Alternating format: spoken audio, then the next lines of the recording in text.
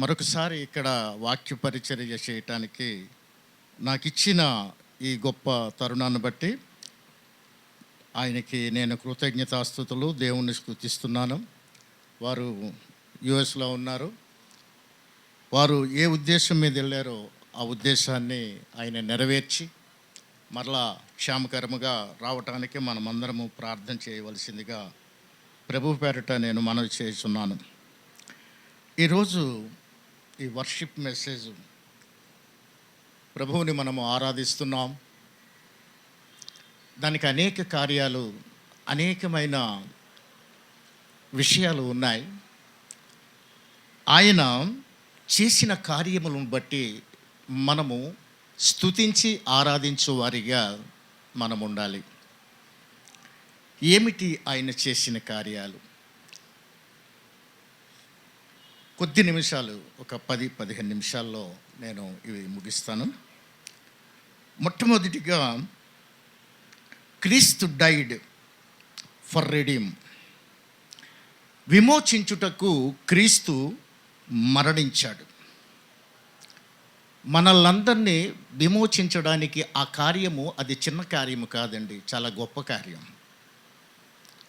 ఈరోజు ఆయన ఆరాధనకు యోగ్యుడిగా ఉన్నాడు అంటే మనలను విమోచించడానికి ఆయన చేసిన గొప్ప కార్యం.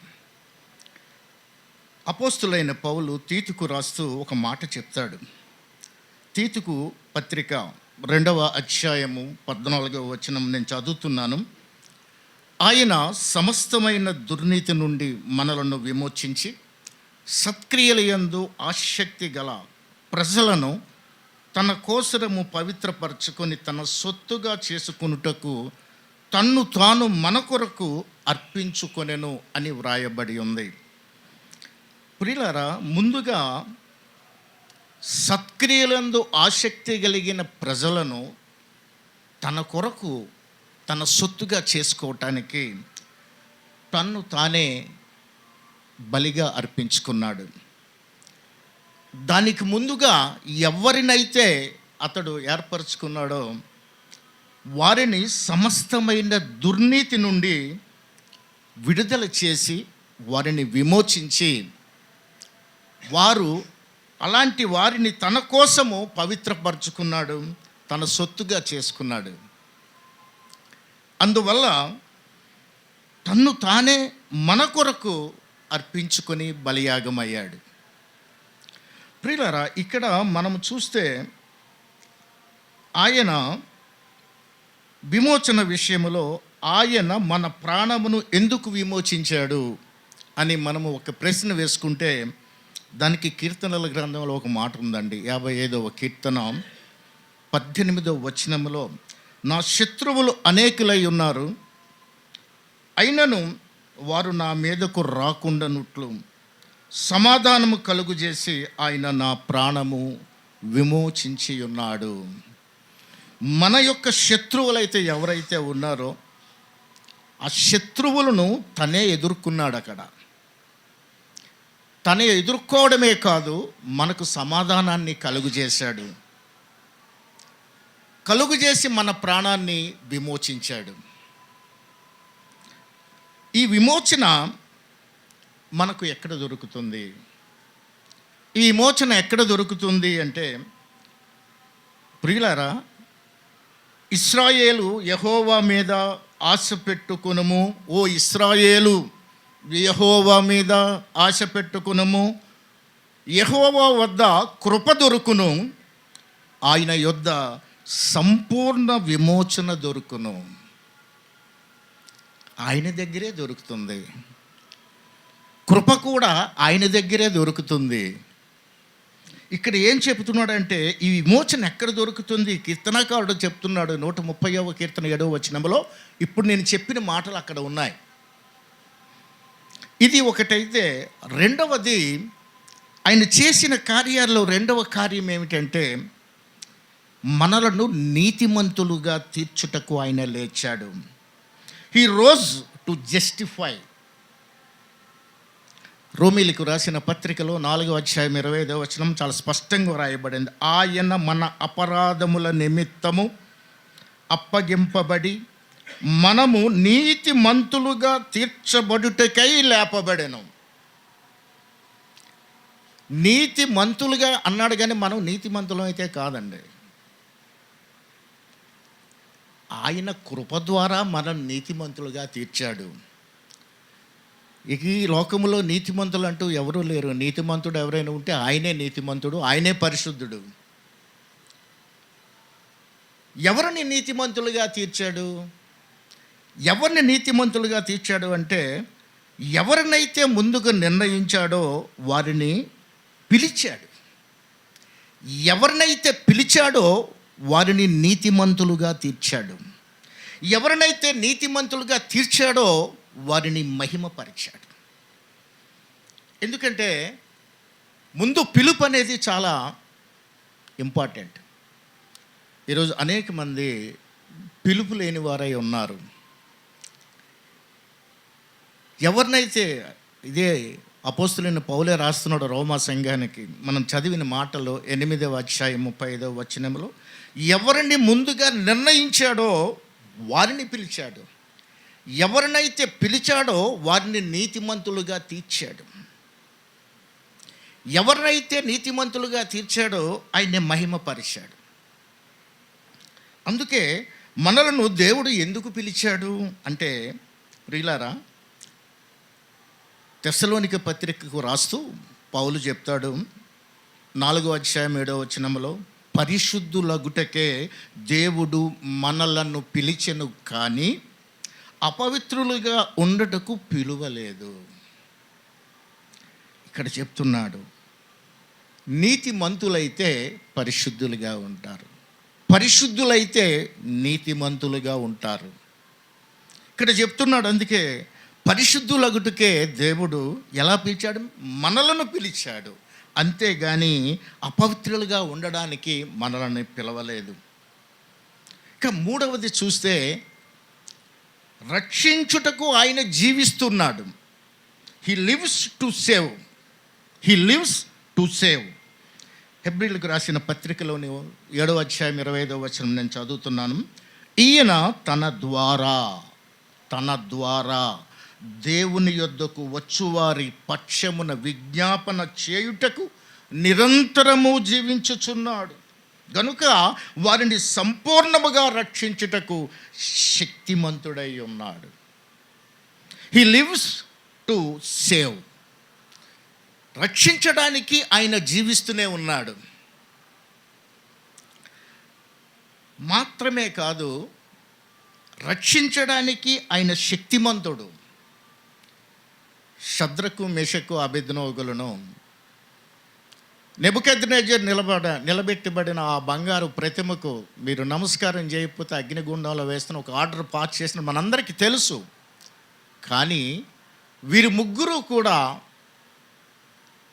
పరిపూర్ణమైన విశ్వాసముతో ఉండి, మేము ఆ ప్రతిమకు మేము మొక్కమయ్యా, మేము మొక్కం అని చెప్తూ ఇక్కడ ఒక మాట రాశాడు దానియేలు గ్రంథంలోని 3:17లో, మేము సేవించుచున్న దేవుడు మండుచున్న వేడిమిగల అగ్ని గుండములో నుండి మమ్ములను తప్పించి రక్షించుటకు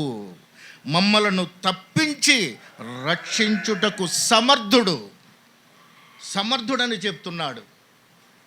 ప్రియులారా, మరియు నీ వశమున పడకుండా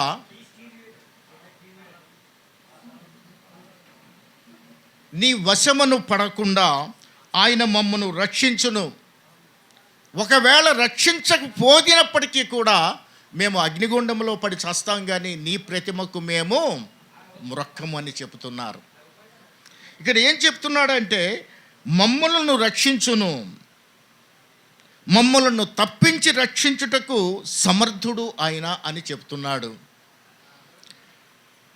ప్రభువు ఈ లోకానికి రావటానికి ముఖ్య కారణం ఏమిటి అంటే, ప్రియులారా, 1 తిమోతి పత్రిక 1వ అధ్యాయము 15వ వచనములో ఇలా చెప్తున్నాడు, పాపులను రక్షించుటకు క్రీస్తు యేసు లోకమునకు వచ్చినను వాక్యము నమ్మదగినదియు పూర్ణాంగీకారమునకు ఉన్నది, అట్టి వారిలో నేను ప్రధానుడను. ప్రధానుడును అంటే ఇక్కడ ఎందులో ప్రధానుడు? అపోస్తులైన పౌలు పాపులలో నేను ప్రధానుడు అన్నాడు. పాపులలో నేను ప్రధానుడును. ఎందులో ప్రధానుడు? పాపులలో ప్రధానుడు అని చెప్పాడు. కనుక ఆయన పాపులను రక్షించడానికి క్రీస్తు యేసు లోకానికి వచ్చును అనే వాక్యం నమ్మదగినది, పూర్ణ అంగీకారమైనది అని అక్కడ వ్రాయబడుతుంది. ఇక 4వ మాట చెప్పి నేను ముగిస్తాను. మహిమపరచటానికి వచ్చుచున్నాడు. He came to glorify. ఆయన మహిమపరచడమే కాదు, ఆయన ద్వారా మనల్ని కూడా మహిమపరచడానికి ఈ లోకానికి ఆయన వస్తున్నాడు. క్రీస్తు ప్రత్యక్షమైనప్పుడు ఏం జరుగుతుంది? కొలసీలకు రాసిన పత్రికలో చెప్తాడు, 3వ అధ్యాయం 4వ వచనంలో, మనకు జీవమై ఉన్న క్రీస్తు ప్రత్యక్షమైనప్పుడు మీరును ఆయనతో కూడా మహిమయందు ప్రత్యక్షపరచబడుదురు. ఆయన మహిమతో ఎప్పుడు వచ్చాడో అప్పుడు ఆయనతో పాటు మనం మహిమలో పరచబడతామని వ్రాయబడుతుంది ఇక్కడ. రెండవది, అది ఏమి ప్రత్యక్షపరుచుకున్నాడు అని ఒక ప్రశ్న వేస్తే, ఆశ్చర్యక్రియలు జరిగించి దేవుడవు నీవే, నీ జనములలో నీ శక్తిని నీవు ప్రత్యక్షపరచుకుని ఉన్నావు. ఆయన శక్తిని ప్రత్యక్షతపరుచుకున్నాడు.